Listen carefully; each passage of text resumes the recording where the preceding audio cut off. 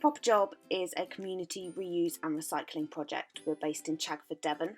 We were set up by the community for the community. There was not enough recycling facilities and reuse facilities in the area. So this was in 1995, and Proper Job has organically grown over the kind of 25 years and now has the resource centre itself for recycling and reuse.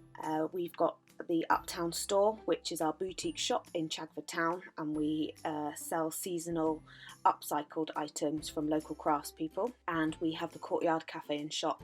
All the surplus funds raised through the resource centre selling upcycled and reused items goes towards our educational programme. So we educate the local community, but we also go into schools teaching them about conserving resources.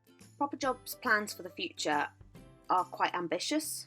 We currently trade out of shipping containers and porta cabins. We are planning to develop the site and have a purpose-made building for what we do. Proper Job are also looking to the future to see how we are going to develop after the COVID-19 pandemic. So we're busy working out how we're able to get back and operate. So we've been looking at how we can run online workshops. We have run a couple of those throughout lockdown, and once we get the resource centre back open, we can focus our efforts on how we can engage the community to reduce their waste and to conserve their resources.